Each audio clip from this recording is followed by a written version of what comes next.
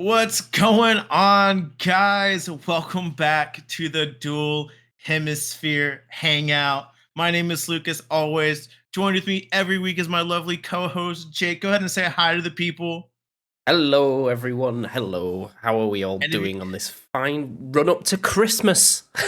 Run up to Christmas. If you guys haven't already noticed, we also have a special guest. The one, the only, you probably heard his name dropped a couple times throughout the podcast. The one and only Sebastian. Hello, Pinned him down. I'm finally here. Finally made it. I made it to the podcast. We literally pinned him down forcefully and said, "You will talk." Oh yeah, I am so happy. I am so happy to be here. Thanks for the invitation. Hey, you're welcome. It was so funny. I was talking to Jake about it today. We're like, all right, what do you want to do for the podcast today? And I was like, I'm at my event and I see you're on Discord. I'm like, that's my only chance. If I see him on, he's gonna respond now. So let me hit him up. And he's like, yeah, I'll do it. I can do it today. And I'm like, all right. And I just messaged Jake and I'm like, Jake, scrap everything. Red alert. We got Seb tonight. Yeah, I figured. I do know you guys record like around the either Fridays or the weekends. I don't know, something like around this time. And I was like, hey, yeah, I could do next week, but I'm free today. If you guys want to do it. Yeah, I thought you'd be on the league with Nick. No, I haven't played with Nick in so long. Ever since he got the job. Oh yeah. He did get himself a big boy job. Yeah. It's never nice when you have the weekends. So I guess it will be a similar structure as the old Nick podcast. We will just go on an hour rant like we used to do back in the old days. When really what it is. There we go. We all didn't have jobs. Well, we all had jobs, but COVID decided that we didn't have jobs, and we became full-time content creators. We had some free time on our hands. Oh yeah, I miss those days, to be honest. I need my free time. I mean, I guess go ahead, Nick. I mean, Jake. Yeah, anyways, as I was saying, I think always the best way to start things off is, Seb, talk to us about like what you were doing around that time and like how we all met, because I know like yours and Jake's story of meeting is different than mine, because I came into the picture third in the equation. So just talk to us a little bit about that, Seb. How did it all start, man? Oh man, so I was living in Sweden at the time. I was a pilot. Well, I am a pilot. I was working over there in Sweden, but then COVID came and our hours started to being cut short and cut to lower hours until like I was just home eventually and just flown for like, I don't know, I want to say like 10 hours a week or something like that. And I guess I always wanted to stream.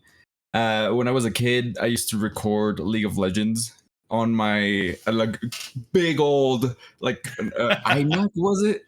I think it was an iMac, and I remember trying to figure out how to record and downloading all these like 3 different programs. I don't think OBS existed at that point.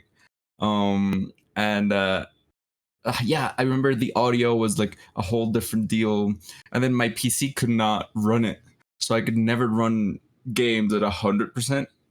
And so I just binned that off. I was like, listen, in that time there wasn't any like Latin America servers, so I was like, oh god, the ping is horrible, I can't play properly, I can't record properly, you know what, screw it.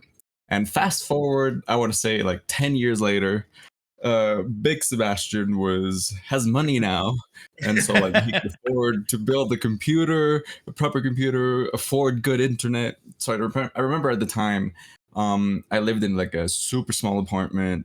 The company paid for everything, so I didn't have to pay anything, but that included internet. But it was like Wi-Fi through the whole building complex. So it was like horrible. Yeah. So I ended up big time with my neighbor. We ended up contracting this like company, and we got like fiber optics inside, really good internet, and I just built the computer and started streaming. I started streaming TFT, And then slowly but surely, you know what? I love Pokemon. Let's play some Pokemon. And yeah, I was just playing Pokemon, doing competitive at the time. You guys know I am really competitive, so like Yes. it's always like trying to climb the ladder or something. And yeah, I started Twitch streaming. I can't remember if I got my affiliate or just got my affiliate, but you know, back in the day, you just to raid everyone, and I was like, you know what, let's look for friends on Twitch. Let's start raiding people, and I found Jake one of those days. It was Jake, and then this other streamer called Jackie Plays, which used to play like Genshin Impact, which I also started streaming with. So like I would, if she was online, I would stream her, and then if Jake was online with Pokemon, I would stream. I mean, I would raid onto Jake, and that's how it started. And I must say, I usually rated people and they did not care about it. Like they would say hi, thank you, blah blah blah, and then they would forget about it, right? But then Jake stood out because he tweeted that day. It's like, oh, thank you to Sebastian or whatever the tweet was for the raid and blah blah blah. And it's like, oh, you know what? This guy's really nice. You know, he really appreciated the raid and stuff like that. And then I can't remember if I just kept on rating you or what the deal was, Jake. I can't remember. I think it's like we were in a bit of tit for tat then. It was like I raided you and then you would raid me, and then it was like it kind of just became a thing of just, well, I think our schedules were sort of linked because you were kind of at that time an hour ahead of me. Correct, yeah. So you would start earlier and then I would get on and you would be finishing up. Because I think your original streams, I do every so often go back to your Twitch channel and it still says your stream schedule there and it's like 6 days a week. Oh, yeah. Oh, 6 days. So I think we got in a loop of Seb would raid me and then I would raid Luke because Luke would come on in the America times because I would be streaming until like 1 a.m. And it got into that type of loop. And then I don't know how you messaged me, Seb, and said, hey, do you want to do a Soul Link? And I was like, hell yeah. Soul Link first? It was the first ever, like, bit of content, stream content that we did on Oras. Because I remember the only time we could set it up was, like, straight after work for me. So I would bolt home, like, quickly eat, and then, like, start setting up, because it's before like I understood how like PokeLink works or joining servers and sessions, because we were doing Hamachi and Hamachi was just like I remember you messaging me going, this is going to sound really dodgy. I need you to download this program that lets me log on to you, well, like put us on the same server. And I was like, am I getting hacked? Jake clears out all of his bank stuff. He's like, I gotta do all this stuff real quick. Yeah, I kind of forgot about the Soul Link. We did do that Soul Link. It was fun. There are some highlights. I wish I'd have highlighted the whole thing because I didn't realize that Twitch did this, right? If you like highlight, you can highlight the whole stream if you want, but it keeps it. So there's like 3 episodes of the Soul Link just sat there on my Twitch channel and they've never gone. I wish I would have recorded the whole thing. Yeah, same. I think it's my one regret with Twitch in general is the fact that it's like my one regret in general with Twitch is like the fact that like those like memories like are gone. Like yes, they're like here in your head, but like the visual video sides of things, like there's just so many like little clips and little like the clips are there, but like the little highlights and stuff like that, like can't go wrong with those, man. Those was very nostalgic stuff right there. Yeah. So then we got from the Soul Link, and then it was like, because we were sort of like streaming together at that point, we were like, well, let's just make a Discord. I think you had a Discord, and I had a Discord, but I didn't really use it. Yeah. So then I just like invaded yours. No. I messaged you. I was like, I can't remember what I told you, but I figured like, listen, we got sort of the same content. We got, the same viewers coming in. Might as well just merge Discords and create a community together. and Yeah, and you can effectively and provide yeah, like it just hours of makes sense, content. really. Yeah, yeah, and then so we joined Discord. Was this before the draft league though? This was because Yeah? then Oh, because wow. we created the 8-bit boardroom or whatever it was called before that, like because I had the leak patch and you had the Rocketeers. Yeah. And then when we started getting people in, it was when you started the generations, the I remember those. tournaments. Oh, that's right. Mhm. Yeah. And then Had we had a so little bit many of, you had a cool little ideas bit of a in there. following. And then I think just one day we were sat there and it's like, I really want to do a draft league. And I was like, well, Yeah. let's just do it. And you were like, well, how many Yeah, people have yeah. we It got? was And it's literally like, that. Let's do it. It's like, right, let's see if I can get the people. Because that's what was my biggest concern is getting the people for the draft league. It ends up we got them in less than 2 days. It was. It's so funny when you guys mentioned that because Seb, remind me again, how long had you been streaming before you on at least Pokemon before you got in contact with Like, Jake? so I started streaming on the 24th of December. Okay. And then I switched into Pokemon, I think, around February, more or less. Okay. And then we did the draft league July, I think it was, right? Yeah. Something like that. It started Mhm. in July. Yeah, I So remember we I got started in got a July. message. Yeah. Yeah. Mid-July. Yeah. Okay. So like 4 months. That's actually crazy to think about that time. Because in my mind, it's just for me, it's like I came in and like I think 2 weeks as I was streaming, that's when I first got rated by Jake. I had not been streaming long at all before Mhm. connected with you guys. And I just remember like that summer it was such a weird summer in general. Cause I just remember just like I was working at the daycare, and I had barely like I was still starting to get to know you guys a little bit. Like I hadn't really like Jake would raid every once in a while. I think you said we had a couple conversations here and there. And then out of the blue, I think I mainly talked to Seb more than I even talked to Jake at that point because Jake was asleep half the time, and you Yeah, were I the only think one. I had to wake up early, super early Yeah, in for your Sweden flights for and either stuff. flights or something. Yeah. And so like I would just watch you while you were Hmm. almost ending your streams. Hmm. And so I remember you trying to get into competitive, and I would coach you, like, Yes. "Hey, use this team," because that Yes. was the thing, right? You would do something at the beginning, and then at the end, you would do a couple matches or something like that, Yeah. right? Yeah, I would And do my then, Nuzlocke, and then I would hop on, like, ladder, mhm, just do a random team or something like that. And, yeah, yeah, yeah, I had not been playing competitive Pokemon, God, since, like, I think at that time, the X and Y days, and so I was, like did not remember, like, speed control and follow me, and, like, I was, like, a mhm. complete and utter novice there, but, yeah, I remember and then Seb just randomly messaged me, he's like, "Hey, do you wanna do a draft league?" And I'm like, yeah. And then you're like, yeah, well, we're just trying to get enough people. I think if we can get enough people, we're good. And then like literally like the next day, you're like, all right, we're good. And I'm like, all right, I guess that was a lot easier because I remember it was like I'll reach out to some people as well because I had a following on TikTok and pretty big following on Instagram, and people love Pokemon. So I was like, oh, I can reach out to some people. Maybe we can grab some people. And yeah, by the next day, we're like, yeah, we got what was it? We had 12 people at that time. It's the Yeah, first year. I think 12? so, yeah.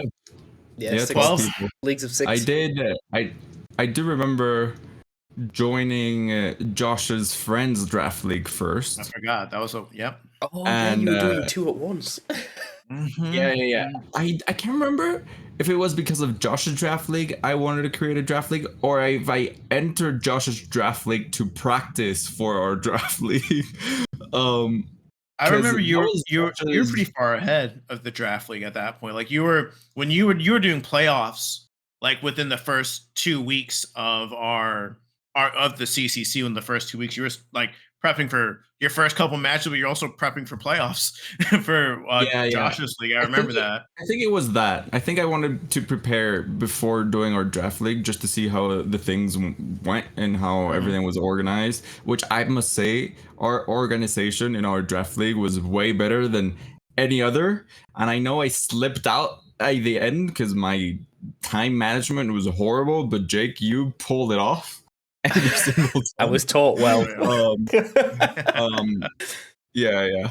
And so yeah, I had so much fun. Draft League Yeah. was a lot of fun, and I really enjoy them. Like tournaments you guys do like during the weekends and stuff like that. I love it. I really miss it. I gotta get back on it. It's just I can't keep a proper schedule for the life of me. Like it's impossible. Yeah, I mean, with your job in general, I know like being a pilot and having all this stuff going on, like I can only imagine like not having like I think Jake, funnily enough, has the most stable hourly job where he's like, I come in at this time, I leave at this time, and if I get some overtime, my hours because I assist in running a marketing firm starts from I'm in the building from 8, and sometimes I don't get home till after 8, and then I work Saturdays. So it is like one of those things where I have to, get that stuff going on. And then Seb, I can only imagine. So yeah, no, I 100% understand like all that stuff as well. But one thing about it is talking about those, like, so like when it came to the first season of the draft, like Seb and Jake, you guys, this was Seb's idea, and Jake, I know you were initially just on board for just graphics. What was it like running that first season? What are your highlights? Because it was just you two at that point before me and Nick even joined in season 2. So what was that like? I loved every single thing from like the planning, tier listing, everything. I know I had strong opinions about the tiering. That was like my little baby. And I remember Josh coming in. It's like, why would you put this in this tier? You guys are dumb. It makes no sense. And I would just fight with him. It's like, no, it's staying there. It's tough luck. Granted, I did make some mistakes. I admit it now. But I enjoyed the whole process. For me, I grew up watching A Drive and Shady with their singles draft leagues, and I always wanted to be part of one. Oh yeah. And so like creating my own was, I don't know, it wasn't, I guess, a dream, but it was something I really wanted to do. And when I got like a whole group of people doing it, I had lots of fun. Like lots of fun. It only became a little bit tedious later in the seasons because I had less time. And then prep time became like just crunch time all the time and stuff like that. And then I started not enjoying it less. But the first season, for me, was amazing. I enjoyed every single bit of it. I remember like prepping every week, trying to figure things out. I don't know. It was really cool. It was really cool. It was like the best season for me was season 1 and 2, my favorite, like one of my favorites. I was the same as you said. It was a honeymoon thing of I've never had so much like as many people around me in the gaming scene, and especially enough that would be deemed enough to do an actual league. And then same as you, I watched A Drive, Shady, Nexus, Sacred. They all did the singles. What was it? The UBL, I think, or whatever it is, and then the GBA. Yeah, UBL. And watching on like the graphics side of things, and you could actually like everyone recorded, so you could follow it like a sports team. Every week you would tune in and be like, "Come on, let's go!" And I think that's what my initial love of Rotan Wash came from A Drive as he swept, because in singles it's a different beast. Yes. And you'll see it in my season 1 team. It's basically a bunch of singles mons, because I watched Draft League before, and it's like I pick a Crobat, a Rotom Wash, a Silvally. It's like they're all fantastic at singles, but that's like, I've seen all my favorite YouTubers use them, so I'm like, they must be good, right? Going to doubles, and it's not the case. What I really enjoyed was the commentary for the finals. I love that. We did like if we still have that, luckily. Beforehand, and like we did the semifinals? No, it was just finals, right? We did like matches that never happened, like exhibition matches during the season. I love that. I really, really love that. And we had like a whole production for it. That's the finals day was very fun. I think the biggest thing that set us like the CCC apart, and that's what like I fell in love with it, just not only just as a competitor, being a part of it and joining it eventually, was I told Jake this, we came in the draft league scene as it was dead in the water. Like at least when it came to like actually putting out content Mhm. for it. And Yeah. I remember, I'll say this, and it's one of my loving memories of this. And this is when I knew I was like, all right, these guys are like going to be my friends for life at some point. I can just tell. There's that fucking the live draft where we tried to do like a whole like NFL draft Love it. style, Love and it. it would like to this day. To this, and also I just remember this as like a core memory of like we like had like well over like 50 or 60 viewers for the draft like lottery on who was going. Like people were like excited for it, and then during the draft itself so many viewers. I just remember the graphics as of things on point, but the behind the scenes of what was going on to the average viewer that was not a part of it did not know. I just remember being ready, seated live, and then Seb messages me on this. It's like, hey, can you hop in and like Yeah. do commentary and like swap out like every round? I'm like, sure, yeah, I can do that. And I hop in, and everyone's like, Seb's not there. Jake and Jack are like trying to figure shit out, and I'm just like, just gonna wait here. I think we drafted for like it was like that draft was like 5 6 hours. hours. 5 5 hours. hours. Fuck. Yeah, first time around was definitely long. I think we got the gist of it by the second season. We cut that down to like 3 hours, right? Yeah, the Something only reason why even, it like, took so do long because we didn't even do a 10 test hours. one.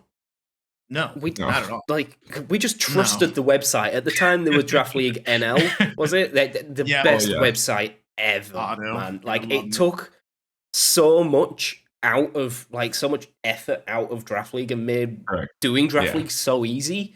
Rest in peace that web app. When that went, I think it took 90% of Draft League with it, because now I sit in the Discord. Draft League is just in Discord now.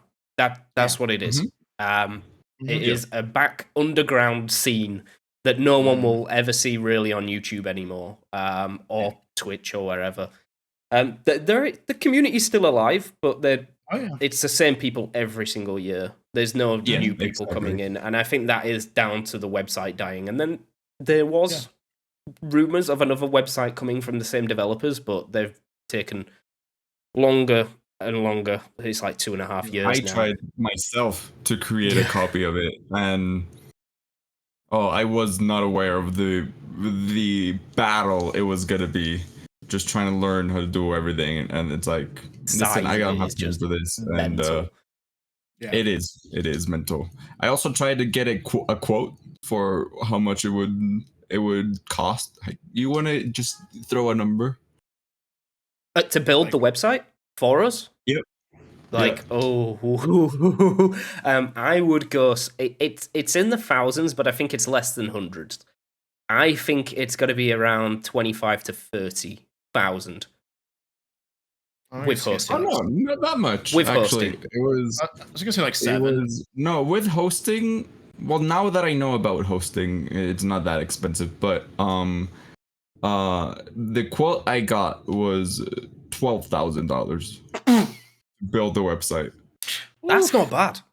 I thought it was going to be more than that, because, well, me and Seb had the designs, right? We were in the midst of. Yeah, I suppose at some point we could leak, because I don't think it's ever going to come into fruition, but it looked good. But yeah, we tried to revive it, and then we just decided that the Google Sheets was the way to go. Yeah, Google Sheets worked pretty good. And we did the bot for the draft. That worked pretty good as well. So it was like... and I think at that point we were seasoned drafters, like you said. So first draft was 6 hours.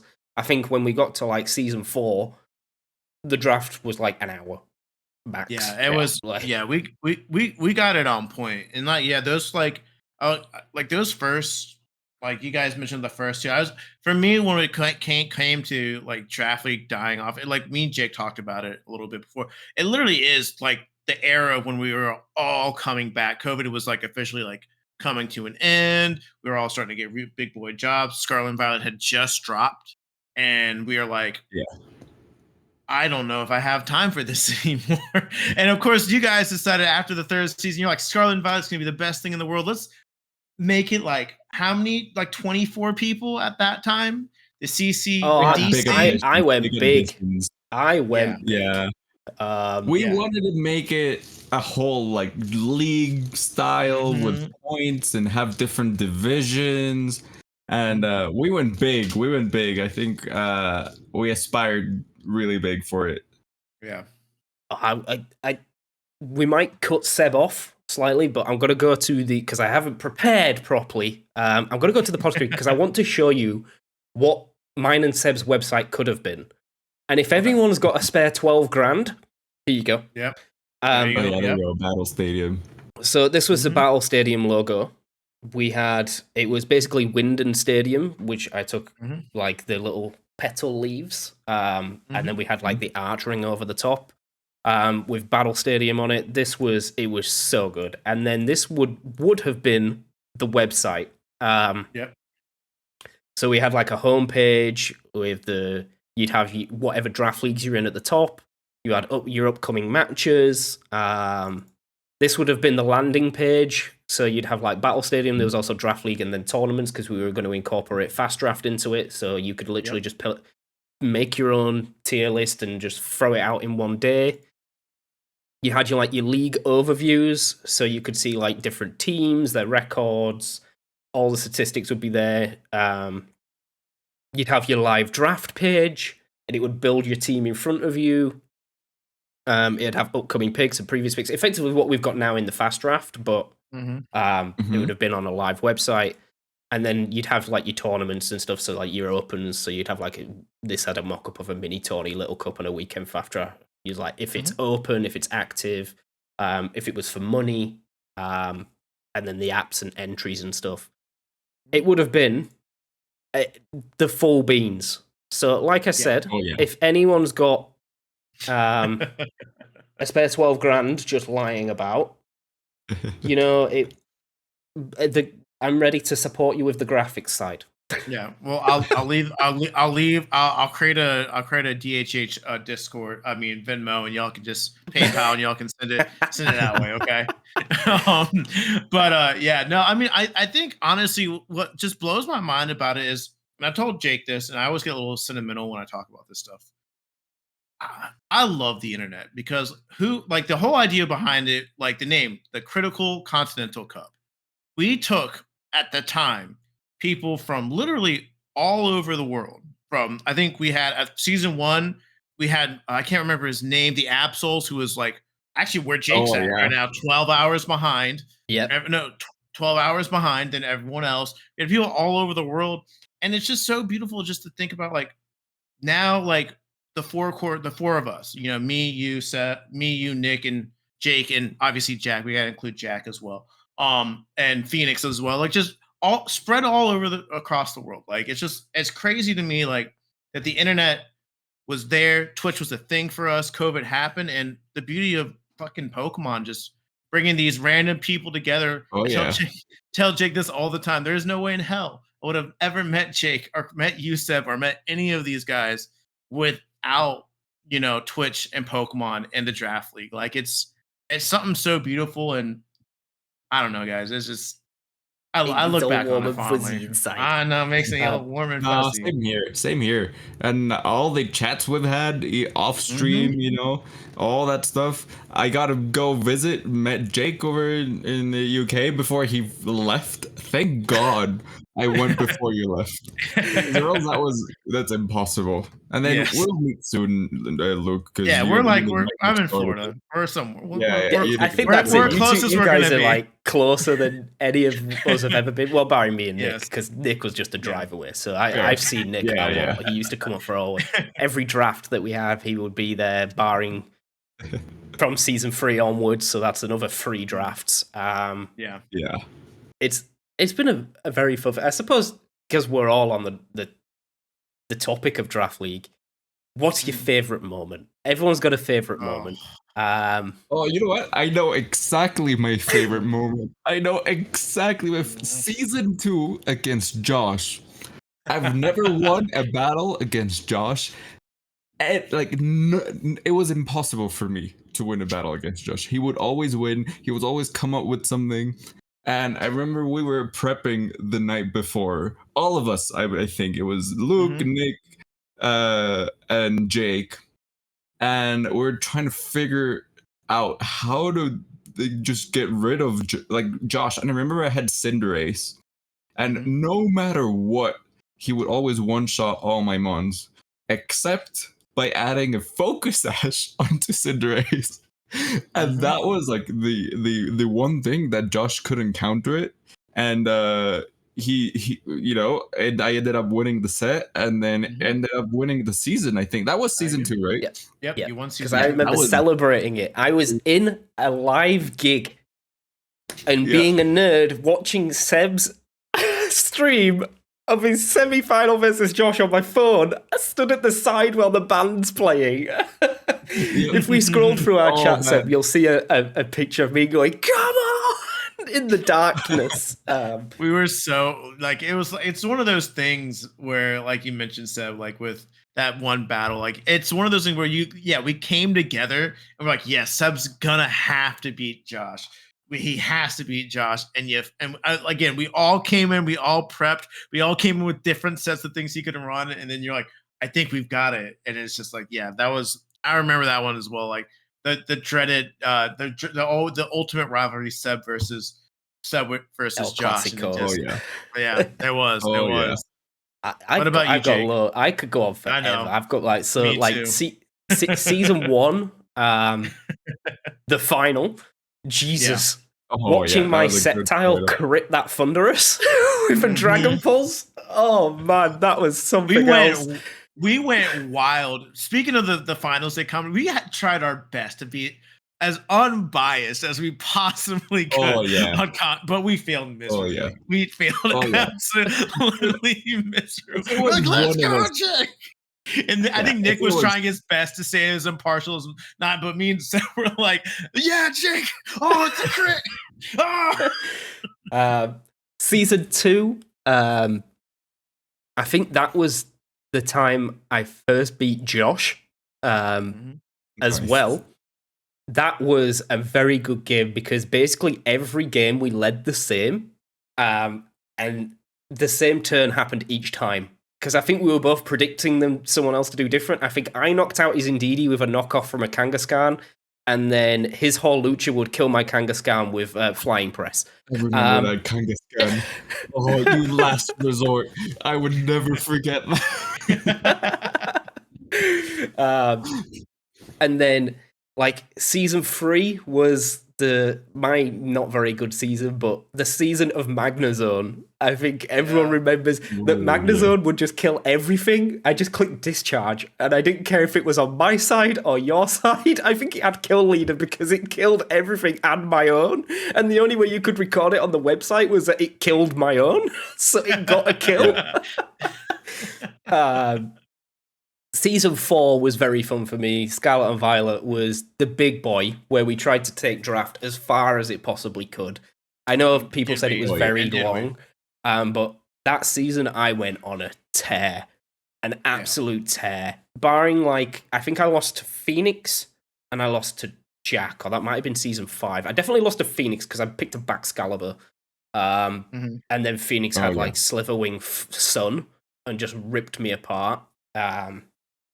But the whole season 4 was amazing. Even the final versus Kanto, getting to that point and then watching me spam Moxie choice banded Salaman's Rock Slides. Oh no, that was season 5, was it? Season 4? Oh, season 4 was the Fluttermane. The tear apart of Fluttermane, and then season 5 was the Salamence. Salamence sweep with somehow had Urshifu in the team but didn't use it half as much as what sweeping with Moltres was season 5. That was fun. That was definitely fun. Watching everyone shit on Moltres and then Choice Specs Heatwave. Surprise! Hey, well, I remember someone talking bad about my Articuno when we were doing the power rankings, or like there was a team that was super weak to ice. And then I was like, you know what? I'm just going to spam Blizzard. I'm just going to win. And it's like, yeah, no, that's no way you're going to win with just your Articuno and spamming Blizzard. Guess what happened? Snowcloak spam Blizzard. I mean, another one, a good memory I have of like the Scarlet and Violet days is Luke and his little Diplin 1v4ing. Oh, yeah. Dip God for the win, dude. Literally, we were like, Kanto, no? yeah, and it was giga draining. I think it was just getting like all of its HP back, and he couldn't touch it because that thing could hold an Eviolite. It was so broken. That dude, man, like that Diplin. Oh my gosh, Dip God, man. I remember seeing him, and I was like, why? Because he was a D tier mod. Like he was low tier. I can't remember what tier he was, but he was lower tier. I'm like, I'm about to run circles at. When we locked the tier list in, that was before you guys. We didn't know that Eviolite worked. Because some weird reason. Well, it'll have been the data miners. It won't have been just someone putting an Eviolite on and realizing that it worked. The data miners will have known that there was an evolution coming, which then triggered the Eviolite transaction. But no, there's been so many fun things, and then from that, I think we have to shout out Seb while he's here because he is. I know I've ran with the idea, but he is the godfather of the fast draft. Yeah. It was your idea. I think that as we were coming to a close and we realized Draft League was dying its last breath, Seb whispered into Draft League's little ear, like, "I will make you live forever." Yes. And now we have our short format, which I think is similar to like cubing in the card game, right? Yeah, 100%. I guess so. Yeah, and I mean, for me, I still like it because it's still a couple matches with the same team. It's not like we're not playing. It's just we're done the same day, or maybe 2 days. I know my original idea was 2 days, like a weekend thing, but then Jake, you turned it into like a 1 day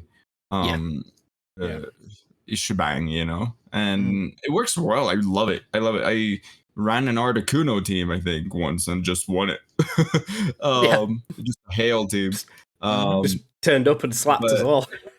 Yep. No, I love it. I just love the competitive side. So like when we get together, especially with friends and stuff, it's just my favorite part of Pokemon. So yeah, ladder does get a little bit, tedious for me because you see the same sort of thing, and if you want to run your own thing and it's not the meta, then you're just losing half the time, and it's like, nah, I don't like this. I just wish the hardware.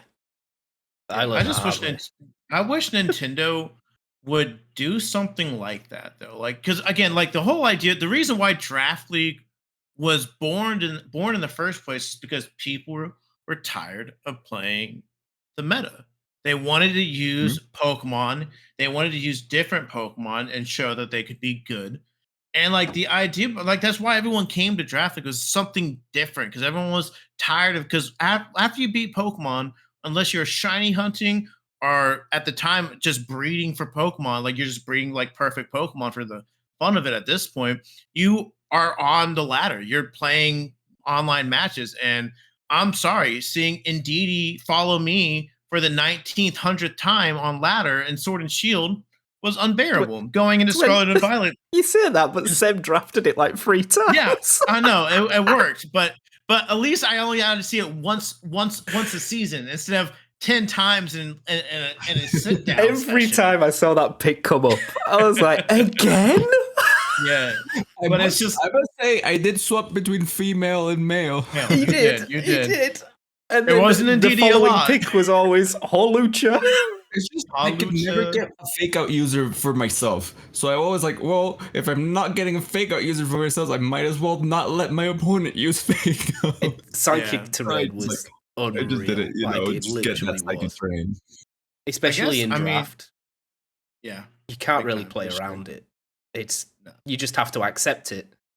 And then when you picked the male one, I think it was even better than the female one because in draft you can either, because you can tailor your set, you can make your Indeedee male just as bulky as it needs to be. And then guess what? Expanding force. And it's like, oh god, that hurt. Initially from like an Indeedee female, it's just like, oh, it's like a quarter maybe. and then you click that button, it's like, oh no, it does over half. Like, all right, okay, my team's dead. Yeah. Like, oh god. Yeah, I mean, I think this is a perfect time to kind of like wrap up the draft discussion, but like, I want to go around in a circle and I want to hear everyone's opinion. I want them to give me you see the pros of Draft League, the cons in Draft League, and I guess we could just kind of go on and say, it's like, is it official? Is Draft League dead? And I'll go ahead and start off. And it's like, yeah, like I was talking before, like the pros for Draft League is the team diversity, like getting together, the team diversity of it.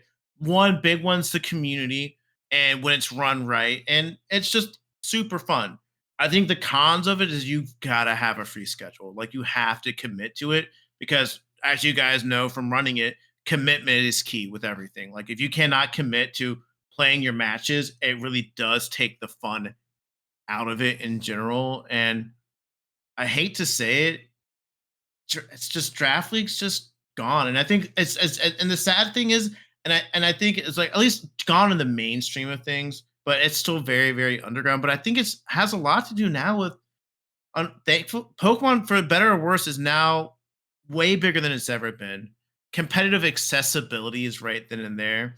And you got to think about from the casual audience. I don't think anyone's like, oh my gosh, I really want to use Polyrath super, super bad on ladder. Like maybe like one or two people want to do that. And I think unfortunately it's like that now that competitive Pokemon has become so much more accessible.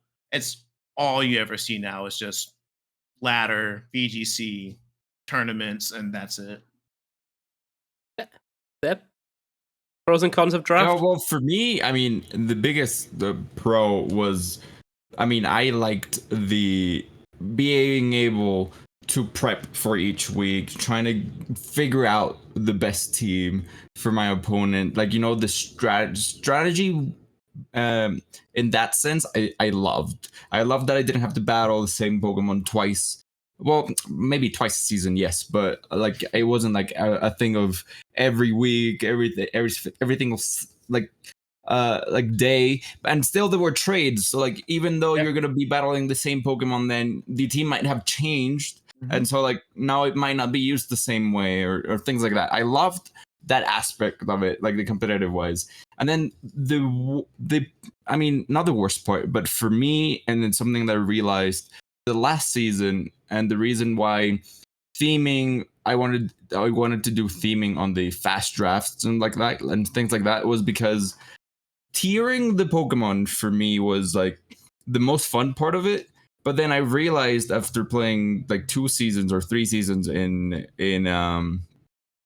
the draft or like Scarlet and Violet, the tiering, the way I wanted to do it at least, was just too similar. It was too similar, and it got kind of hard to arrange. And so for me, it became for like, oh well, if I'm not picking Fluttermane, then I'm losing. Like the whole thing is I'm losing. Or if I'm not picking these 2 Pokemon, then you know what? And I know you could fix that with tiering and stuff like that, but it's the reason why I kind of wanted to do the fast drafts, because you could do like different themes and things like that, just like what Jake is doing right now with his tournaments and things like that. And is it dead? I think so. I think it, just like us, like YouTubers, big YouTubers and stuff, realizes that it's not easy scheduling people to, you know, to like doing it every week. I think they tried to revamp one, and they quickly realized why they didn't like it before. It's not easy. It's not easy to commit to all those weeks, and it's not easy to organize because not everyone is going to be wanting to have the same level of commitment that you wanted, especially us that created it, and we were like super strict with the rules and stuff like that. Yeah, I don't know if I mean, you could find a community, maybe a smaller group of people, and then do a tournament with a fast draft. But yeah, I don't know. That's why I think. Like the pros for me are one, the way we did the draft, which was a live draft, which forced, which was probably the first like hurdle of everything because we weren't good. If you've ever played Draft League before, you haven't. Usually the way you do the draft is over like a week. And people will have 24-hour timers on their picks, and you could be waiting days before you get that Discord ping to say, hey, you're next. Or hey, you're up. No. We did it. Everyone there, you've got 5 minutes to pick your mon. Give or take some examples if you've got sniped multiple times. That's what I really miss, and that's what I think the fast draft does very well, is that we get to draft. Yeah. Granted, the drafts don't last as long, and they're not as exciting. Fair. Especially because like the teams that we were building for Draft League were like the main Draft League were like fully built, well-rounded teams with strategies behind them. And then when you get sniped, it's devastating, man. Like it's a proper blow. The stress levels go through and your hairline goes back. And then another thing that I really like about Draft League is, the way I approach Draft League is going into Showdown and looking at the usually useless moves. And working something out that you've never seen before. I think Season 1 was a massive highlight where Nasty Plot Grimmsnarl came out and swept the lot. It's like running special Grimmsnarl or doing I think silly signature moves that you never see, and you click the move and like, oh my god, what does that actually do? Like, what is this? The cons is obviously, like, I think, touching on what Seb said, like, you need reciprocal engagement. Like, you're either all in or you're all out. Like, you have to be there to support everyone else that's running it. You can't be, like, just in for the sake of it. Because if people are prepping, and you're prepping a team, like, we would go pretty ham with prepping to make sure that the battles that we had, especially when you'd see it between the people that were all in, like me, Seb, Luke, Phoenix, Jack, people that went away and prepped, the battles would be immense. Yeah. Because it's like two almost perfect strategies or highly tailored teams going against each other, and it's literally coming down to strategy and a bit of RNG, as Pokemon always is. Yeah. I would say, I would say, just piggybacking off that real quick, Jake, is definitely when we're talking about like the competitive sides of the thing, like that's when you're sitting down and you're really like, that's when the ultimate like competitiveness is right then and there. It's like that's when you're locked in. Like that's the closest you're getting to BGC style like pros playing, was when you would prep and you would have a show like some like as much stressful as season 2 and 3 were with the CCC commentary. Like those matches, man, like when they were intense. Like these were like solid, like grand finals worthy matches with Pokemon you'd never seen before. Like that, I always remember that Tangela that Phoenix ran. I did commentary for Tangela? Yeah, just like what? But like it was down to the wire, and it's like exactly what Jake says. Like when you get that commitment, it's the best. But then when you don't, it's not.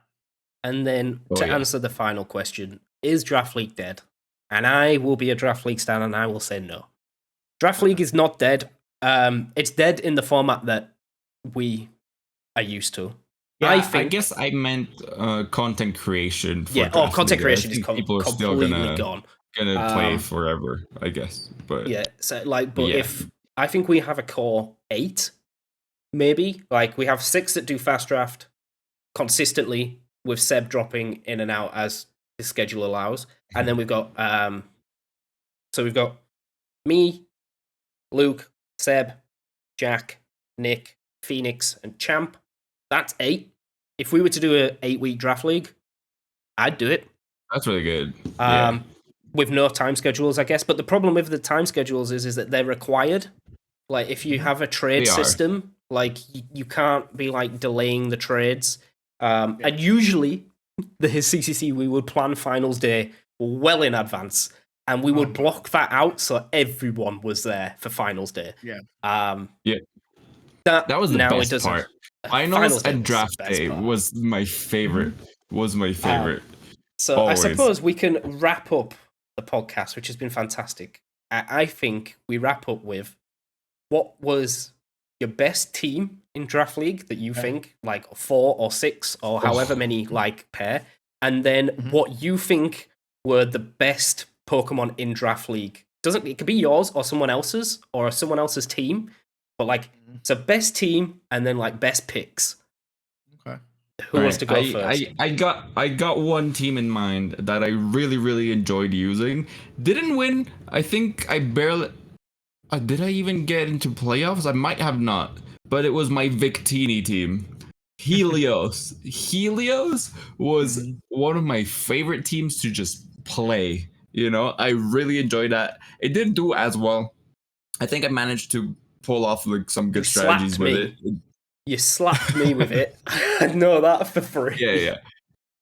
Yeah, Victini, that team, Victini quickly became one of my favorite Pokemon just because of that team, you know? And then from another team, it's gotta be season 1, that Excadrill. Excadrill. We all slandered it. We all slandered it in the draft. Like, we'd never seen. Well, I don't think we were ever expecting, like, when we were prepping, you try and prep for every scenario. And Champ came in. It was Champ, right? Was it? Yep, it was Champ. No, it was was it Champ? No, it was it was Champ Singapore guy. K-Mega. It was K-Mega. K-Mega. That was it. It was Champ somewhere in game, I remember, because Champ is also from Fast Draft. We've got 2 Champs, it's throwing me off. K-Mega came in and he took the VGC route of I don't care what you're doing, my team works and it will win. Yeah. And I don't think anyone was expecting that because we just looked at it and went, well, if you've got a water type, you're going to kill him, right? And then I learned week 1. Oh, yeah. I learned week 1 and I got 4-0'd. Yeah, I remember that. Yeah. He went all the way to the finals. Smacked him back. Got your payback. And then I came with a vengeance. I came with 60 hours worth of prep underneath me, you know. Yeah, fair. It's fair. You got it. Hey, prepping works for sure. Oh, it does, for sure. Lord, that's tough, man. I was thinking about that too. So my favorite. So I have a favorite team and a favorite mod. So my favorite team was my season 3 team. It was definitely my most well-built team. I ran that team the best, I think. It was also my best performance in Draft League. Up to I think the next season I did really well as well. I did really well in the Scarlet and Violet series as well. But that was when everything just started clicking. And so like I would say the one thing I could do is I could draft a fucking team. I had the draft down. Like every time we would draft, my teams would start with like on paper would be great. It was just I never was able to like quite get to figure out how to pilot them. And then funnily enough, it was the season where I was like, all right, let's bring legends in. It was my turn to pick with the little thing. It's like, all right, let's bring in the legends. I picked up Zeraora and Sylveon, and I just went to town. I remember that. I went to town on everyone. I fucked everyone up except Nick. That's about it. Nick, and that was so funny because it was literally like because it was me and Nick's redemption because it was the one time where we got demoted because we did not make playoffs the following year, and that team was just so much fun. Like Zeraora, Cloudster had Cloudster on that team as well. Just like it was just really well. I feel I played my best games during then. I prepped the best. It wasn't like super long hours of prep, but it worked really well. Definitely my most memorable team.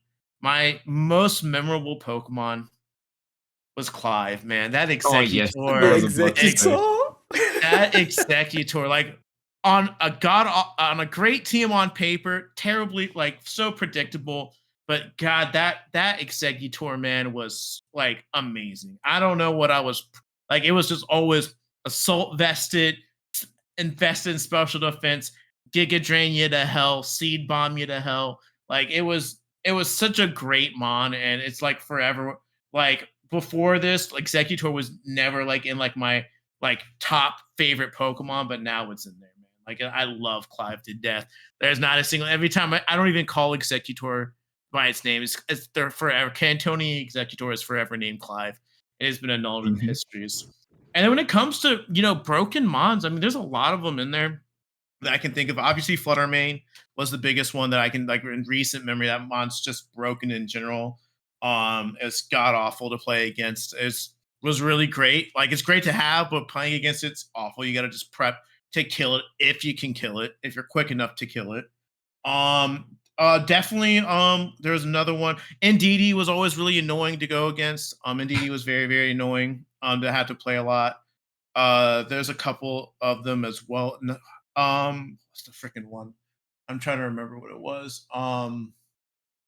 The extra control obviously was a big one as well. That one always sticks out to me. And then there was Clefairy was annoying as heck to play against as well. Oh Josh's yeah. Learning why Clefairy was Clefairy was in S tier was a rite of passage for a lot of people, including me. Learning why it was so good.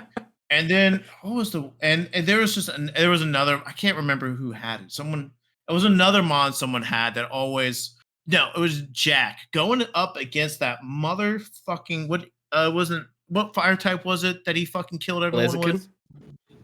with? Whatever Oh, team he yeah. got, whatever mon he got kill leader in season 3, going up against that freaking whatever Aaron mon the it was, Blaziken. that Blaziken. Like, I don't know how, like, we said, oh, Blaziken's not great. No, like, that Blaziken took lives. Like, it wasn't even funny. I think took so many lives. And yeah, definitely one of those are some of my fondest memories of Jack. I love the fact that I had this internal rivalry with Jack just because of our season 1 like playoffs, and every time like Jack shows up, it's like, all right, Jack, who's getting this one again? And it's just like this rivalry that has no business being a rivalry because Jack always beats me, but it's like we're going down this time. All right, I'm gonna get you this time. And I just want to hit out, there's one key memory from Draft League that I'll always remember. And it's hearing Seb in the background say, foul play. When I was playing season 1, and I'm like, I don't know what to do. And I can just hear like Seb like screaming in my back. It's like, I think he's telling me to hit foul. Someone's saying foul play. And I'm like, oh my God, I'm so glad. So I was like, I did not know what I was doing. I just clicked it, and I just felt someone was telling me to scream foul play, and I did it. And that one always is one of those core memories I always associate with our core, like with that friend group is just Seb screaming foul play into the mic. You got another one? Before we end all of this, I have a bone to pick with you, Luke. Just one thing. Because there's one of my favorite memories that is one of your worst memories. And is when we did the race. The Diamond and Pearl race. I knew this shit was going to come back.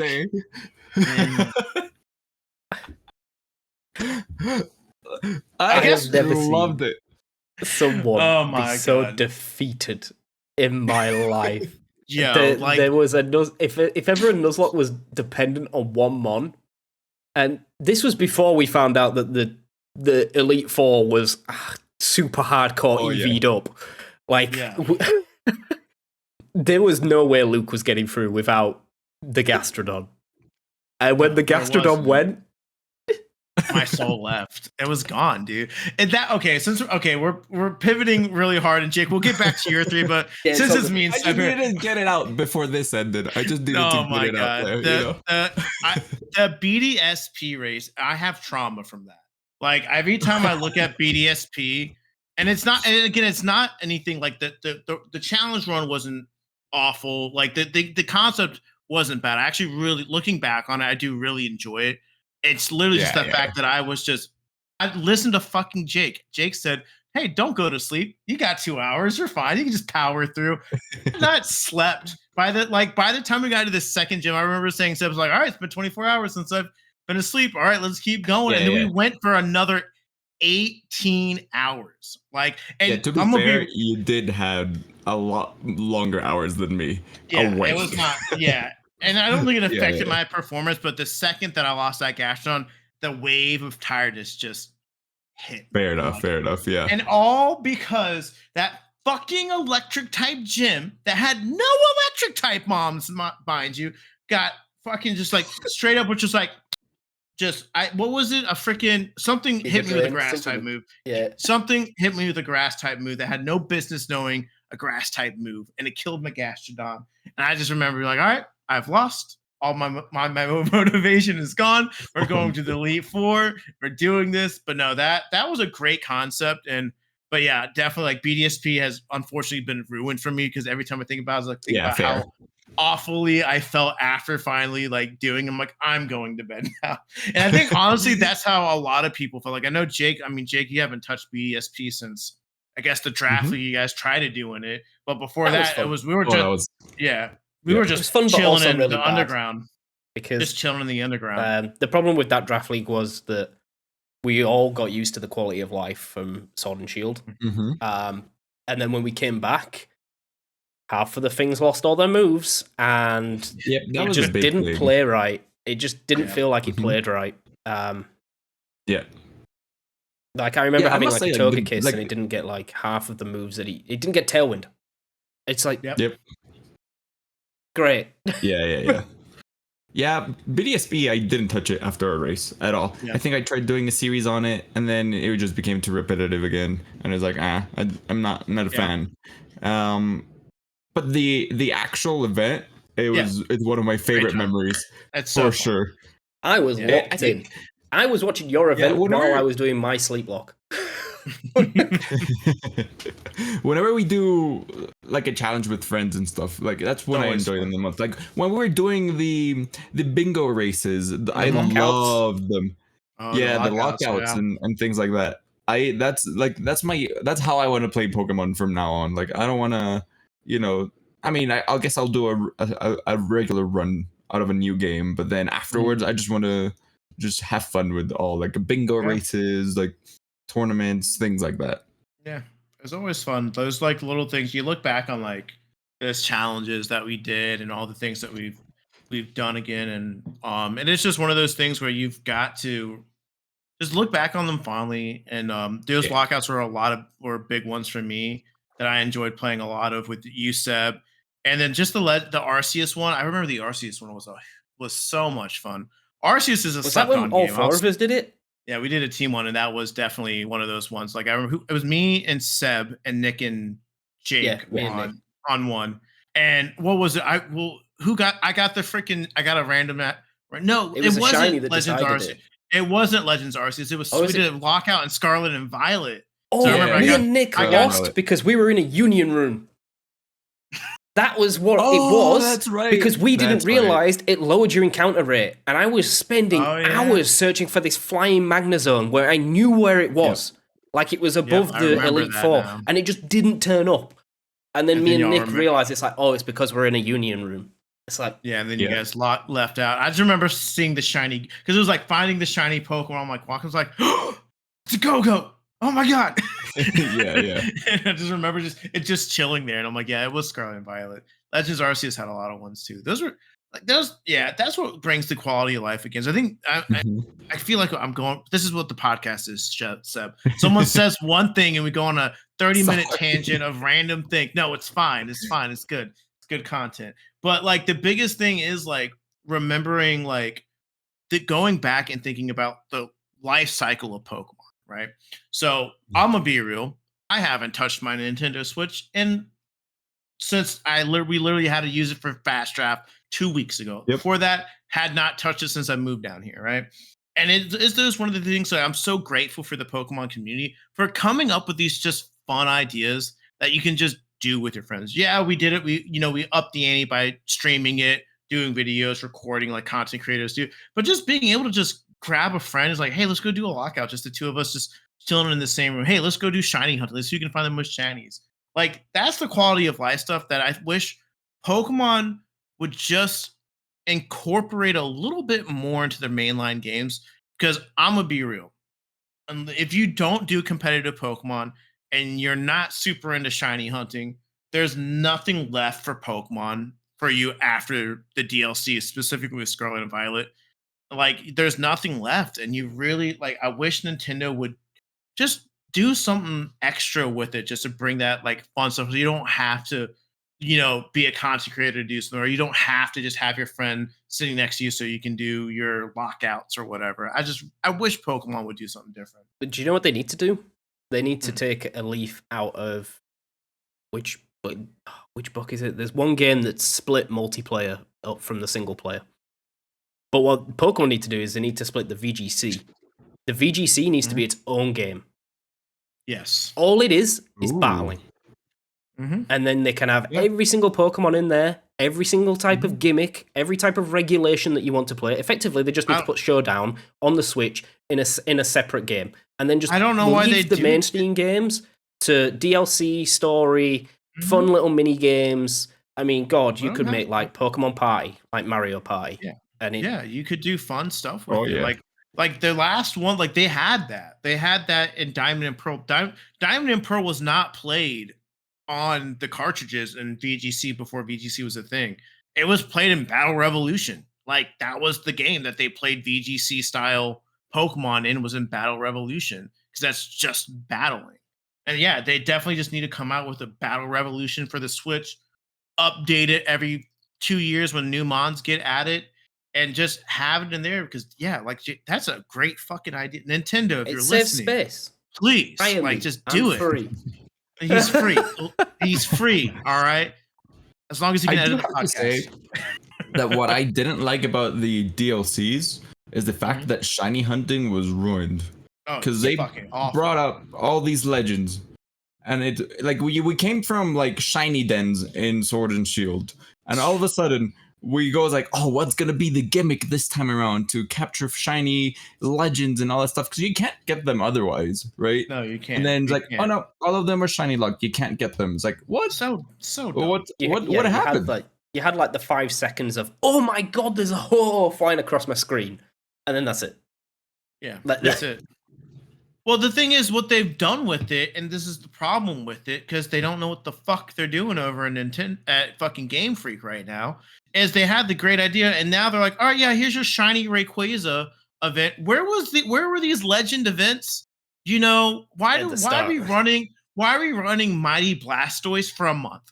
Like, run that bitch for a week, move on through all the starters, and let's start throwing in the legends. It's been a year and a half, almost well over a year since since Indigo Disc came out, and we're now finally getting an opportunity to do a shiny legendary, and it's not even. I don't know if this is 100% guaranteed or not. To be shiny, a chance, right? And the raids are fucking hard, and I'm glad. Hey, let's lock the challenge behind something that's going to bring the community together, make it hard. But like, why did it take so long to get there? Like, could you imagine they like announced just like the raids, like, oh yeah, we're going to run your normal raids here, your normal things here, and now we have our special legendary events running coincide here. Like, why did they not do that? I do not know, but like, my God, that was what would have saved it. It would have saved it right then and there. They better be doing every single legendary event, because I want to collect all those shinies. They better. But yeah, I can't. Hey, look, we'll just hit the Sword and Shield dens. I'm happy to bring the Sword and Shield dens. Bring it back. I'm down for doing some dens. Let's do it. I am down for some dens. End the podcast. We're going to the shiny dens. But I think that does mark a good end. Yes, you didn't get to hear my draft picks, but I'm sure you will at some point. Yeah, we'll talk. We'll talk. We have got way more draft leaguers. So much. Oh my lord! And you don't need to. You could just go look up. Everything's on my YouTube channel. Go watch all the. Go watch. But thank you so much for joining us, Seb. It's been amazing to see your face again. I haven't seen it in a year. It's been a while. First time I'm seeing it down under. Thank you guys for doing this. Big fan of the podcast. You guys are doing great. I love it. And you got anything to plug? Anytime anything you're doing? Me, I'll hop in back. You coming back to streaming? I don't know. I do have a little project in the works. It's not Pokemon related or gaming related. It's actually about the biggest part of my life, which is aviation. So that's coming out soon. But I don't know if I'll ever be back. I want to. It's not like I don't want to. I want to. But like, the thing with content creation is you need consistency, and I don't think it could provide that at the moment, because like I can provide, because if I want to give it a go, I want to give it my all, I don't want to do like one video and then stop. And at this point, I don't think I could keep it up consistently to the level that I want. So I'm not gonna say no, because I do want to end up content creating. Because it's something I really enjoy, but I just don't know when I will be back. Let's just keep it there. He'll be back, guys. We just don't know. I'll be back. He'll be back. He's gonna descend down from his plane with light coming down across him. And he's gonna be here, guys, one of these days. All right. But with that being said, guys, thank you again, Seb, for joining us. Jake, as always, love always sitting down talking with you every week, guys. Definitely, guys, if you guys haven't already, definitely like the YouTube video, subscribe, like it on your podcast, give it a 5-star rating, spread the word, man. Like, the whole thing is we just want you guys to be a part of the community here. We love talking. If you guys enjoy this, definitely share it with your friends. With that being said, guys, has been the Dual Hemisphere Hangout, and we will see you guys next time. Bye-bye. Adios.